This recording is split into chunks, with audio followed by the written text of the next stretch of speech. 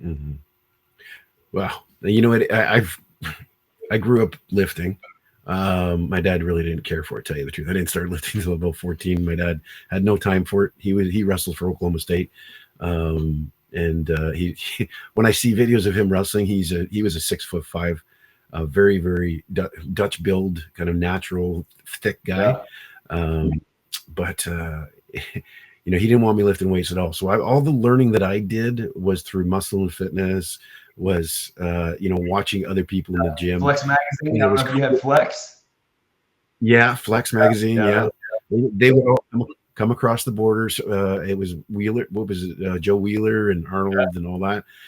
So my schooling in the beginning was all about, or was all from these magazines.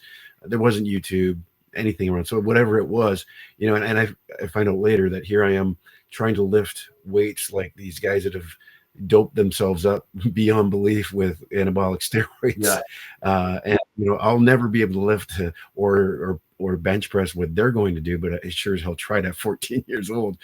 Um, Same. Strength training, the science of strength training has changed over the years, and with the advent of social media too, I guess. But for you, what is the most important improvement that you've seen, in your time, that's really kind of catapulted our, I guess, progress within the sport? It's interesting that you just use the word catapult, because Yeah, I think that's the answer, right? So, yeah, so catapult is a GPS tracking software device. So it's a little device. It's about, I used to say it's the size of a beeper, but no one knows what that is anymore. Um, but well, I yeah, do. it's about the size of an egg, right? And our guys are able to wear it. So I got really lucky back when I was at Elon that I had some connections at Catapult. So this is going back about 10 years ago, and was able to kind of start demoing them out and trying them out and playing around with them. Absolutely fell in love with them. Got to use them at Temple. We had 85 units. Basically, everybody, every guy on our team had a unit. I actually, talking about being in this a while. So I was the director of sports science at Georgia Tech. Was the previous school that I was at before I came to Buffalo, and we used them there. We use them here at Buffalo. The data that we're able to pull from that to be able to see how much yardage guys cover during a practice, during a training session, during a game, to be able to see the amount of times they change direction, their sprint distance, their velocities, their accelerations, all of their running asymmetries, right? We get all this just unbelievable data from all of our guys, and it helps us in so many areas. So first, it helps us from the standpoint of conditioning with college football. When I first started off, and really up until very recently, most schools for their conditioning did one of two things. They did half gassers, which you line up on the sideline and you run to the other sideline and you run back, right? And you get an allotted amount of time depending on your position, or you ran 110s. So you start at the back of the end zone and you run 110 yards. And again, depending on your position, you had an allotted amount of time to make it. So that's what you spent all summer doing for your conditioning. You did half gassers, you did 110s, and then that was your conditioning test at the end of the summer to see if you were in shape or not. And so you're running in that manner as your primary conditioning. And then you get the football practice day one, and nothing you do looks anything like that whatsoever. And so there was always the cliche of, well, there's summer shape and then there's football shape, right? So you run all summer and you get in shape, but then football shape's different, right? You gotta give yourself a couple weeks to get into football shape. Well, the reason for that is because we weren't conditioning, we weren't training in the manner that they were doing on the field, right? But the only thing that we knew how to quantify was we'll give a distance, we'll give a time to make, and then that's your pass, that's your fail. But with Catapult, what we're able to do is we can see by position a wide receiver is going to cover this X amount of yards during a game. They're going to change direction X amount of times. They're going to have this many high-speed accelerations. They're going to have this many high-speed decelerations. And so what we're able to do is we're able to put together a profile by position of what are their demands in a game, all right? And then what are their demands going to be in practice? And then what we do is we just work backwards from that into the summertime. And so when we go out for a conditioning test, for a conditioning session in the summer, it looks like practice from a physical demand standpoint. The amount of times that we accelerate, we decelerate, we change direction, how much yardage we're covering, all of those things. And we can go back and we can look at the data and make sure that as we're progressing guys from June all the way through July, that what they're going to get ready to do in August when we get to camp, when we get to practice, that what we're doing mimics what they're going to do. So then that transition from summer to camp to end season is a lot more seamless. And then the other piece of it too is I can't tell you early on in my career, like as a strength coach, when you get to football practice, you become an observer, right? You're able to take a step back and you just observe practice. And the amount of times that as a staff, we would have conversations of, do we think we're doing too much? How do the guys look? Do we look a little run down? But going into a staff meeting or going into a coach's office and trying to be the voice of, hey, coach, I think we're doing too much. We may need to pull back a little bit. Those conversations were really hard to have because it was just your opinion versus their opinion. And, as a football coach, if you become a head football coach, those jobs are very hard to come by. And guys work, 15, 20, 30 years of their career to get to that position and to be able to, and to make that big of a change to do less preparation, from if you just kind of looking at it from that standpoint, that's really hard to kind of stomach sometimes. But now that we have the data, it becomes less opinion based and it's more data driven to where we can say, hey coach, here's how we looked week 1. Here's how we look week 5.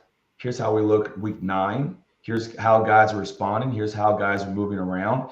Here's, how much workload that, this particular player had in this game, and, now we may need to look at, modifying what this guy's doing during the week so he's ready to go back out on Saturday and do it again. Right. So we're not just doing more and more and more and more. And without Catapult, I don't think a lot of these conversations would have ever been able to really happen. So we're able to be a lot more data driven in how we go about our training and then how we go about our decision making when we're in season. And I think that in the time from when I started to now has completely changed a lot of what we do in strength conditioning. Mm-hmm. I think, Catapult is that available to the average person, or is it the universities only, or like, where is that? So they do have, and I'm not really well versed on it, but they do have now to where you can, as an individual, that you can get an individual unit. You can get you can download your software package, your app, to get your own data from your own training sessions. I'm not well versed in exactly how that works, but I know that is an option that at least I'm 90% sure that is an option that they do have available. Okay. Do you know what the price would be? Because I'm sure people are, are listening going, I wonder what the price of that would be. So that's why I'm asking. No idea. Absolutely. Okay. Yeah. It'd be a complete shot in the dark. Yeah. No, well, that's our homework for our listeners. They can actually do a Google search and take a look at that. Absolutely. So yeah, I mean, it sounds like you with training, it's evolved where the bench press and I think strength training back in the 60s, even it was bench press, squats, and just pretty much that. Now you're saying what's going on, it's more data driven. You are looking for movements in sports, and trying to mimic that in the strength training room as well. Yeah, absolutely. And another piece of data that we have, that we use in the weight room now is a lot of velocity based training, right? So we use a product called Perch, which can measure bar speed. And so even when we are squatting, even when we are benching and doing those things, we're not always just going by, more weight and how much weight is on the bar, but it's also a matter of how fast are we moving that weight. And again, it comes back to improving performance on the football field. My job, we have a player on our team right now. If we just allowed him to just put what he could actually do on the bar, he's probably and he's probably an 800 plus pound squatter. I mean, he's maybe the strongest athlete that I've ever worked with in 20 years. But he does not squat. He's never squatted anything over 605 with me. And so what he works on more is how can I take the strength that I have and just produce more power and become more powerful and more explosive.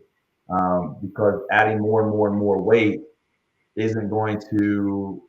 He's at a point now where that's getting 10 pounds stronger is not going to help him in the football field. So if we can get more explosive, right? Because he's a defensive end, and I can get off the line faster, right? And I can get around that tackle faster. That's what's going to make an impact to what he's doing on the field. So, not just it's movement patterns and training like an athlete, and then using that data outside the weight room and inside the weight room. All right, I don't know if that answers your question. I might have veered off a little bit on that one. No, that was great. I mean, it's all good information. I'm going to let you veer off even because you still got some. You're the expert, but there's everything you're saying is going to hit well with the listeners. The other thing you talked a little bit about injury prevention. I'm thinking, like when I was working out and doing sports, there's always that muscle soreness afterwards. How do you deal with that? Are you just keeping like the loads lower, or what are you doing to keep the athlete from overtraining so that it doesn't carry over to the sport? So that's a great question. So we we use a we use a system. It's called the system. Okay, so it's called the system. It's and it was developed by Johnny Parker, Alvin Miro, and Rob Perinello. And it's a book. If your listeners want to look it up, it's called The System. And basically, what they did, all very, very, very well respected strength coaches, and they went to back then. The Russians, were kicking everybody's butt in all of the power sports, the Olympic sports, the shot put, discus, that kind of thing. And so they wanted to see kind of how they were training their athletes there, right? And they took this model and then adapted it to athletes that, for U.S. athletes that are in team sports and different things of that nature. And essentially what it does is it forces you to break down every rep, every set for every exercise that you're doing. And, this could be a whole podcast in of itself, but the way that it's set up, it's based on undulating periodization, which just means that you're manipulating volume, so the total amount of reps that you're doing, and you're manipulating intensity, which is the load. It's the percentage of your max that you're doing that day for the different lifts. And you're waving it basically to where volume may be up one week, but intensity comes down that week. And there is no haphazard, I'm going to put a set of 3 at 80% on the sheet for that day. Every rep is planned out on 4-week cycles, and it's planned in a way that you're not going to lead to burnout. You're not going to lead to fatigue. You're not going to lead to overtraining. Every 4 weeks, every fourth week is a deload week. We're going to pull back on both the intensity and the volume and allow those. And we just came off of that last week to allow your athletes to get their legs back, get their body back, to get a little bit of almost an active recovery week. You're still training, but compared to the first 3 weeks, it's a big pullback in volume. It's a big pullback in intensity. We call it speed week, to where you're just moving lighter weights, moving it really fast. But it allows you to then, like we are this week, crank back up again with that volume and intensity. And you're able to do that long term, right? To where if you're not controlling your volume and intensity and you're just doing more and you're doing more and you're doing more and you're doing more, eventually that cumulative fatigue is going to catch up with you. And that's when you're going to end up with, that's when you're going to end up with athletes coming in like, hey, coach, my knees are kind of, hey, my back's kind of, that tendonitis and all of those, chronic issues that's going to creep up on you.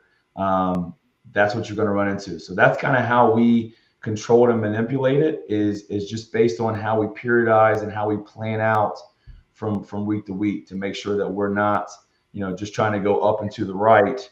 And then eventually, you're gonna crash into the wall. Mm-hmm. How is nutrition play a role in that with recovery? I guess huge.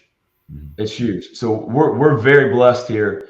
We're the only school in our conference that has a full-time nutritionist that works just with football, and it's a game changer for us. So our nutrition station sits directly across the hallway from the locker room.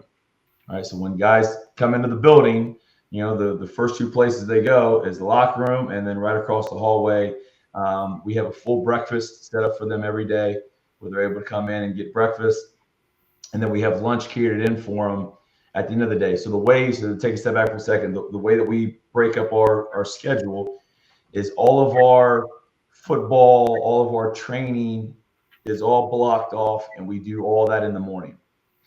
And then classes for our guys are all in the afternoon, 90% probably in the afternoon. A couple of guys will have an evening class here or there as they get into, maybe if we've got someone in graduate school, something like that. And so they start their day with breakfast, right? And then we're training or practicing or whatever we have that day. And then before they leave with us, they're finishing that morning with lunch being handed to them. And it's a game changer for us. We are big proponents of not just nutrition, but we're also big proponents of sleep, right? And that's not something that we just pay lip service to. This is in 20 plus years of doing this. This is the first head football coach that I've ever worked for. We do not have a 6 a.m. training group, right? And within college football culture, now sometimes it's a necessity because of class schedules, right? You have to train early in the morning because you've got multiple training groups that you need to get in, and to get everybody in before everyone has to go to class, you have to start really early in the morning.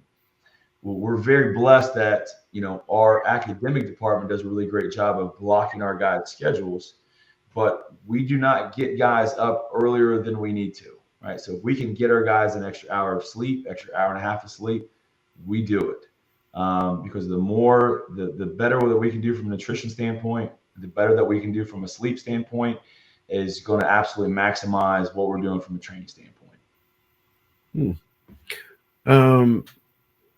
Sorry, I had a brain fart there. I have post-concussion syndrome, so sometimes I forget where I was, but that's why I have my notes in front of me.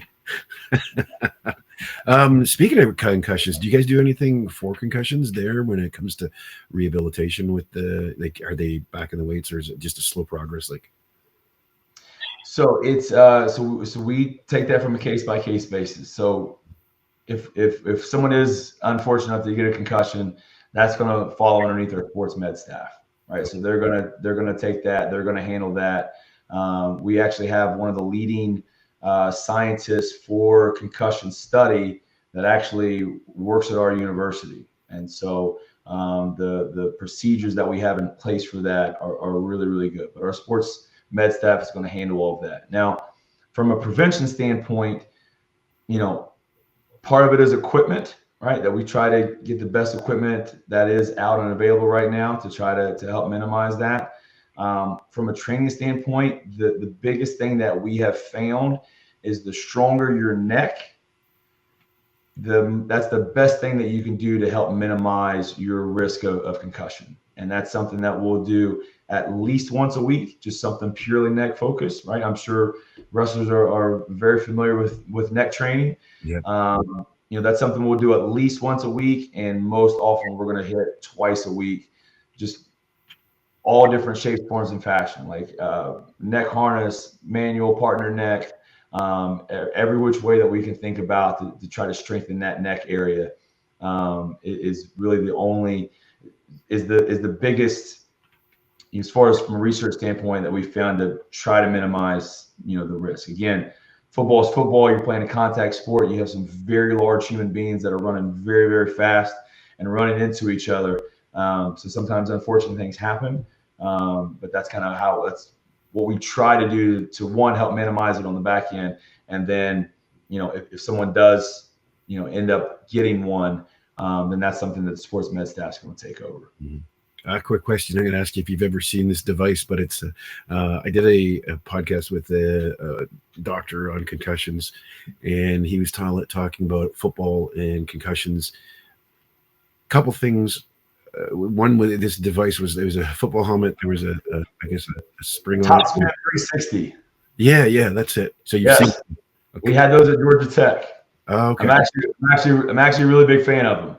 Okay, and they were good. They helped out, you figure? I do. I really do. I think from an awareness, just from a body awareness standpoint, and from a dynamic strength standpoint, I thought we saw some really good things with those when I was there. Yeah, so very familiar. So when I was at Georgia Tech, we hosted the Super Bowl. Well, we didn't host the Super Bowl, but the Super Bowl was in Atlanta that year. And those guys from Topspin 360 came down. The NFL put together I want to say it was called the First and Future Conference. But they had a panel of NFL exec people, different, just a wide variety of people. And it was almost like a Shark Tank kind of thing, where they had these companies come on and pitch their ideas for different things from a health and player wellness standpoint. And that's when we first saw them. And then, we went up and met the guys afterwards and got in contact and was able to get a couple of those there when they were just very first kind of starting out with getting them out. But yeah, really, really big fan. Yeah, I think they run quite a bit of money too. I think not the average person wouldn't be able to get something like that.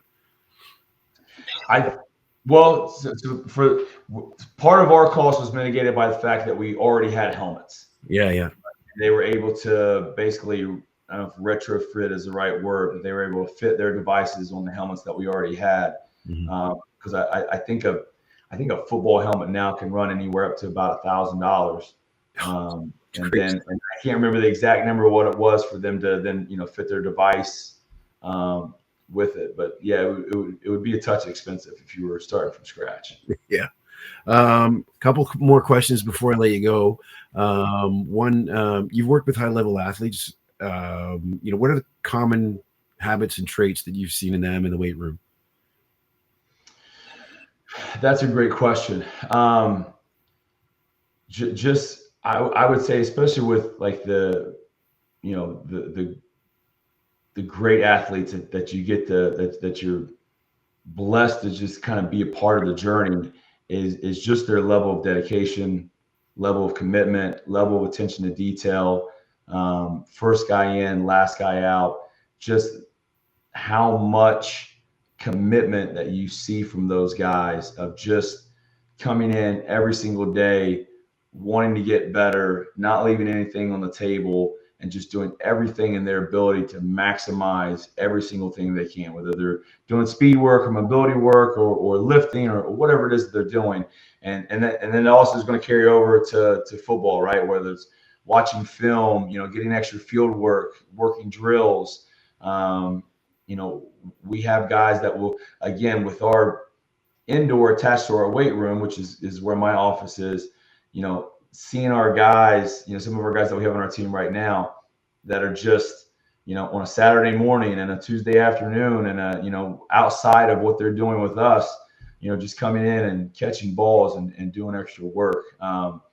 Just seeing that level just complete commitment to their craft is really inspiring to see. Hmm. And last question I kind of got for you here. I'm a football coach with our junior Griffins program in Guelph, Ontario here, and just wondering what kind of advice you would have for those young kids that are maybe getting involved in strength training, just for their football program. Mm-hmm. I would say, one, you know, try to, as much as you can, if you can find someone that can help you with technique on all of those things first and foremost, right? To find someone, whether it's going to a facility or someone at the school or whatever the case may be, someone that can help teach them how to do things correctly.